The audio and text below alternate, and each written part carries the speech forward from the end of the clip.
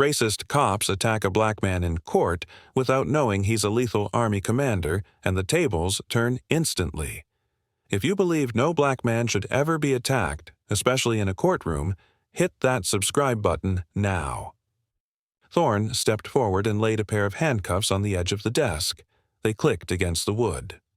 "Not anymore," he said. Rolston stood, his chair scraping backward. For a moment he looked as if he might run, but there was nowhere to go. The chamber had only one exit now, and it was blocked by the three men. The judge's face turned red, not just from anger but from the realization that his years of quiet manipulation were unraveling in front of him. Elias stepped closer, meeting his eyes directly. "The men you protected dragged me through a door like an animal. They humiliated me in front of a courtroom full of citizens who thought they were watching justice in action. And you—" He leaned in, voice lower now, almost a whisper. "You let it happen." For the first time, the judge looked genuinely afraid. Mason and Thorne moved forward, each taking an arm. As they began to lead Rolston toward the door, the judge's resistance faltered.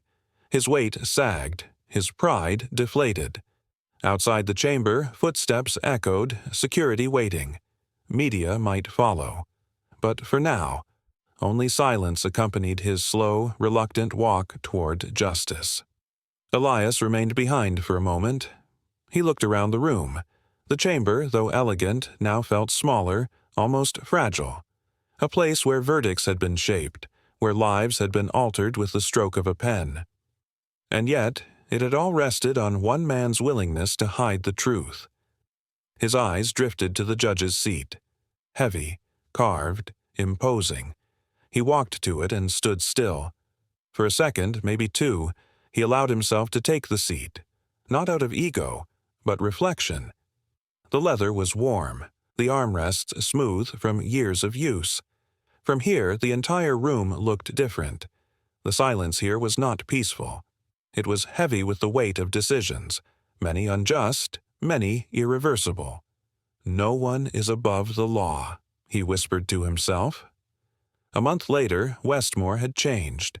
Griggs and Tenon were indicted. Dozens of old cases reopened. Judge Rolston awaiting federal trial. But Elias Kane wasn't celebrating. He stood outside the courthouse at dawn, hands behind his back, watching the light crawl over the building he had just exposed. A small boy approached him slowly. "Sir, were you the man they hurt in court?" Elias nodded. The boy looked down. "My brother got arrested last year. They said he resisted, but he wouldn't. Not him." Elias reached into his coat and handed him a card. "Tell your parents to call. We're reopening every case they touched."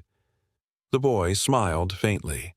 Elias watched him walk away, knowing this wasn't over, not even close.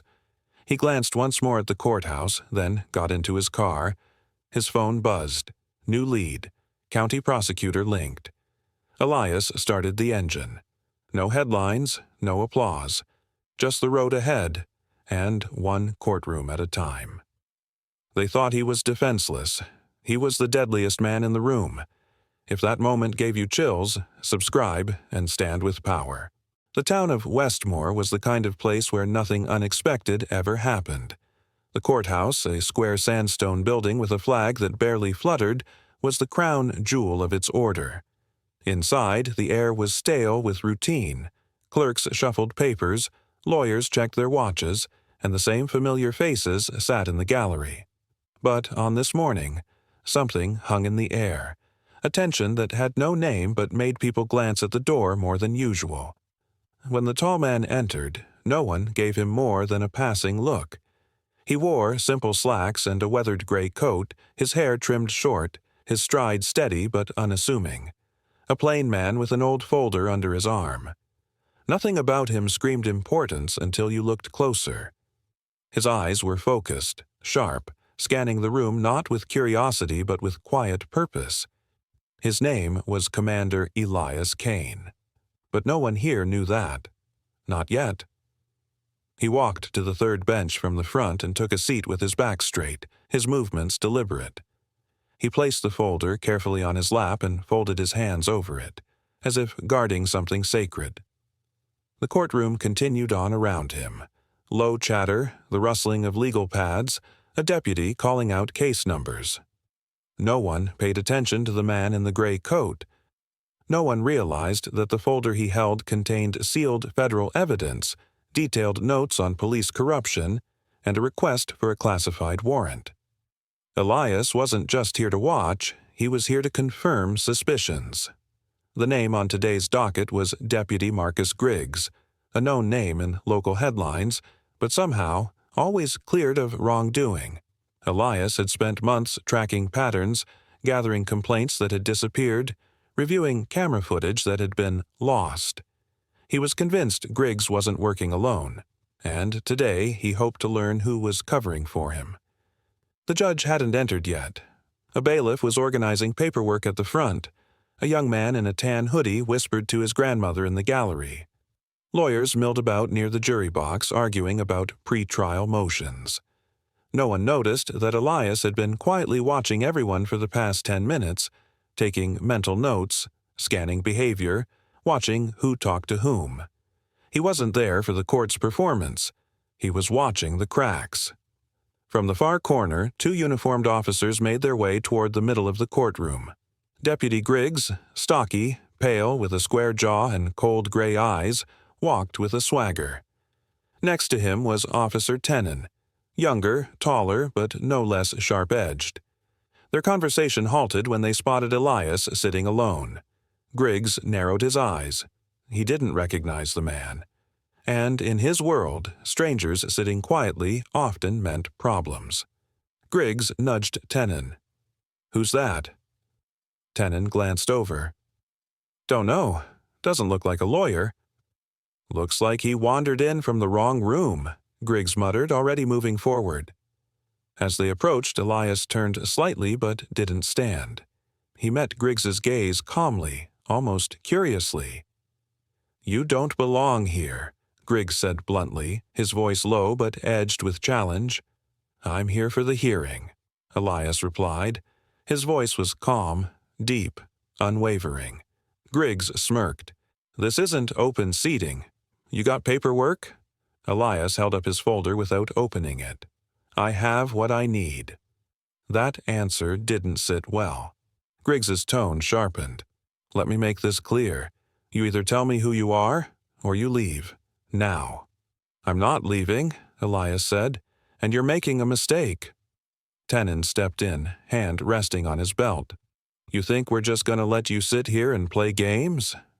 "No games," Elias said, eyes still steady. "But you're standing in front of one." Griggs didn't like that. Without warning, he reached down and grabbed Elias's arm, yanking him up. Tennant followed, grabbing the other side. In a flash, they had him halfway turned, pushing him toward the wall near the courtroom doors.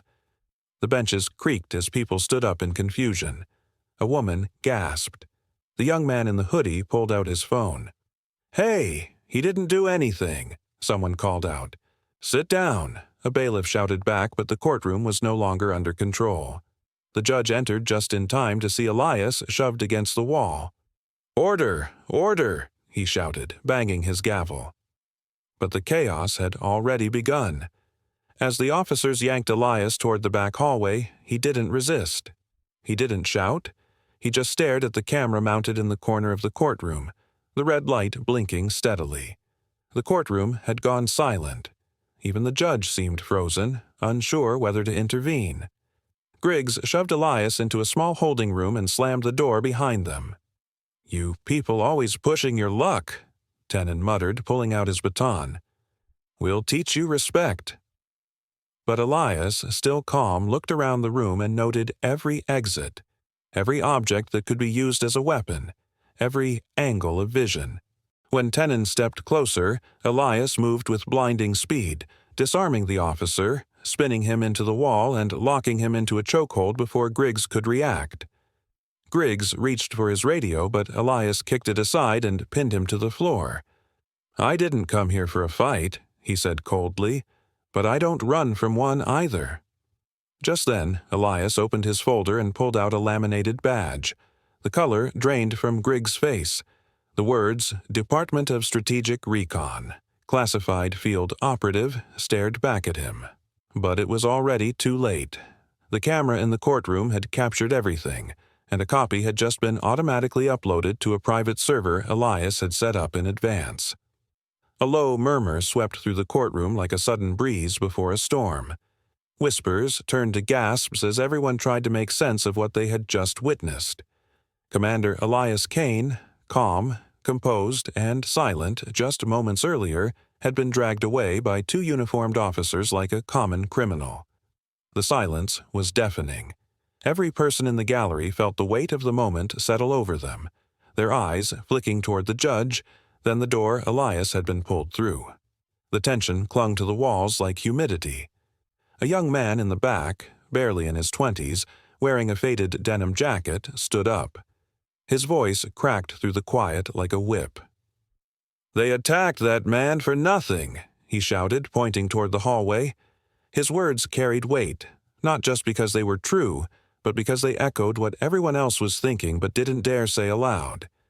Judge Rolston slammed his gavel against the bench, his voice tense. "Order. This court will recess for 10 minutes. But the gavel didn't restore order. The room felt broken, splintered. No one moved. Even the bailiffs looked unsure of what to do. That's when the double doors creaked open again. A man stepped inside, dressed in a perfectly tailored gray suit, his expression unreadable. He walked with slow, deliberate steps, briefcase in hand, his ID badge clipped to the lapel. There was something about him, an aura of quiet authority. As he approached the court clerk, he handed over a flash drive without saying a word. Then, calmly, he turned to the judge and spoke. "Your Honor," the man said, voice deep and firm, "my name is Mason Varick. I'm with the Federal Inspectorate for Internal Affairs. I'm working in conjunction with Commander Elias Kane on a classified corruption case. I request that this video be played immediately for the record." The judge blinked, caught off guard.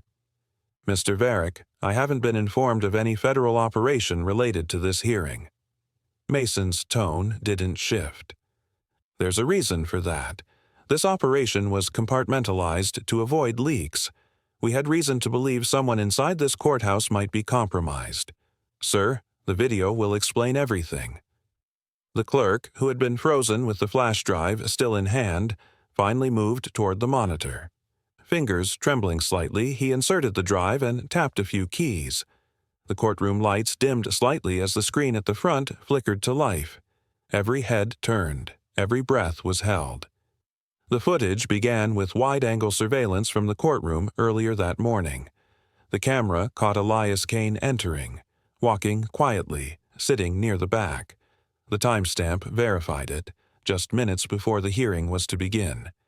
Then came the moment Griggs and Tennant approached. The audio was clear. "You don't belong here," Griggs had said. The crowd watched in silence as the two officers grabbed Elias without cause and shoved him toward the back of the courtroom. The image was undeniable, unjustified, public. A collective gasp rippled through the gallery as the footage continued. The courtroom had gone silent in real life, but now they watched the recording of what had happened behind the closed door. The angle shifted to a holding room. Tennant and Griggs stood over Elias, their expressions aggressive. Then the unthinkable happened. With calm, methodical movements, Elias disarmed Tennant, locked him down, and neutralized Griggs before either officer could react. The whole sequence took less than 10 seconds. The room on screen returned to quiet, but not before Elias held up his laminated badge. The words were visible even through the recording. Department of Strategic Recon, Classified Field Operative. In the actual courtroom, someone exhaled loudly. Another person muttered, "My God." Mason turned to the judge, who looked pale now. "Your Honor, Commander Elias Kane was operating under federal directive. His mission was to monitor and investigate systemic misconduct tied to officers in this precinct, namely, Deputies Griggs and Tennant." Judge Rolston's voice came low, almost inaudible. "Why wasn't I informed?" Mason's answer was calm but firm. Because we didn't know who we could trust. The corruption we're investigating touches more than just officers on the street. We've traced altered arrest reports, missing evidence, and internal files that vanished without explanation. This court, unfortunately, is part of that chain. Before the judge could respond, the doors burst open again.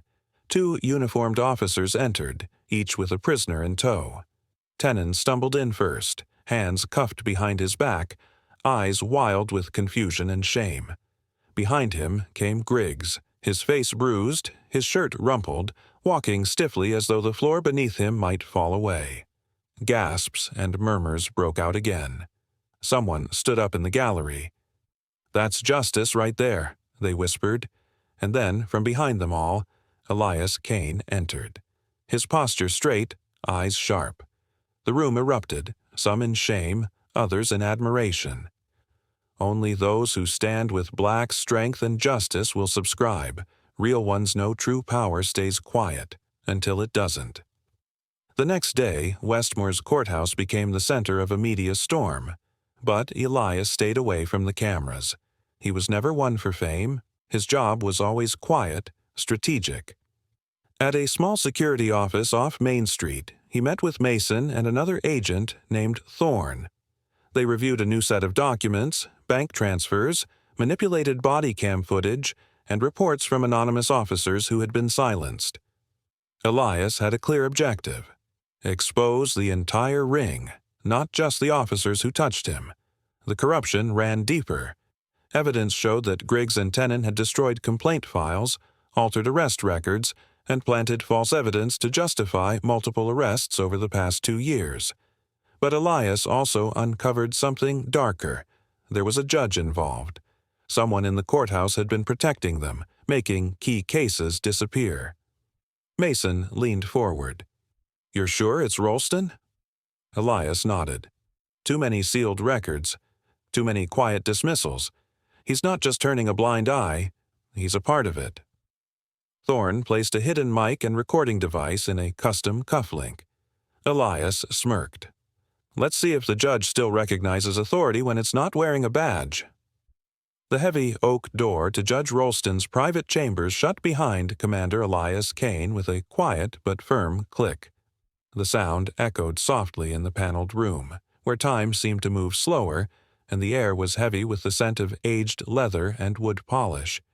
The chamber was dimly lit by tall brass lamps, their glow casting long shadows across the judge's massive mahogany desk and the shelves lined with law books behind it.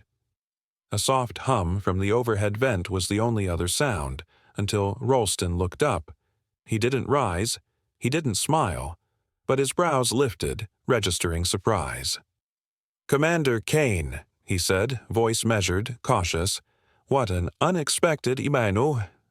"I'm not here for pleasantries," Elias interrupted, his voice like steel wrapped in silk, controlled, calm, but unmistakably firm. Rolston chuckled nervously and leaned back in his chair, his fingers folding together on the desk. "Come now, let's not turn this into something it isn't. You're clearly upset, but surely you don't think I had anything to do with—" Without a word, Elias stepped forward and placed a crisp folder on the judge's desk. It opened with a soft flutter, revealing neatly stacked documents, all marked with case numbers, timestamps, and red circles around specific notations. "You signed off on dismissals tied to falsified arrest reports," Elias said evenly. "You approved a search warrant for a house that doesn't exist, 2 days before the application was even filed. You overrode internal affairs reports 5 times. The judge's smile began to falter, his shoulders tightening beneath his tailored robe. His hands twitched slightly as if fighting the urge to reach for something. Perhaps a gavel, perhaps control. I see what you're doing," he said, voice lower now but less steady. "These are just clerical errors. You can't prove intent." Elias didn't respond with words. Instead, he slowly lifted his left wrist and tapped the surface of his custom cufflink twice. It emitted a soft click. Then silence. Rolston froze. His eyes dropped to the cufflink, then to Elias's face. "You just did," Elias said quietly. A moment passed, long enough to feel like a full minute. Then the side door opened and Agent Thorne stepped inside with Mason close behind. Both were dressed in dark suits, their badges already out, clipped to their belts. Thorne's gaze was cold, clinical. Mason looked tired but resolute. "Your Honor," Mason said, tone clipped and formal, "you are under federal investigation for obstruction of justice and conspiracy to falsify judicial records." Ralston didn't move. His eyes darted between the three men. "You can't do this," he said finally, the edge of authority rising back in his voice like a mask slipping into place. "This is my court. Disclaimer. The story you just watched is fictional, created to shed light on the devastating effects of police brutality and racial prejudice. Its purpose is to raise awareness about justice, equality, and the need for systemic reform in law enforcement."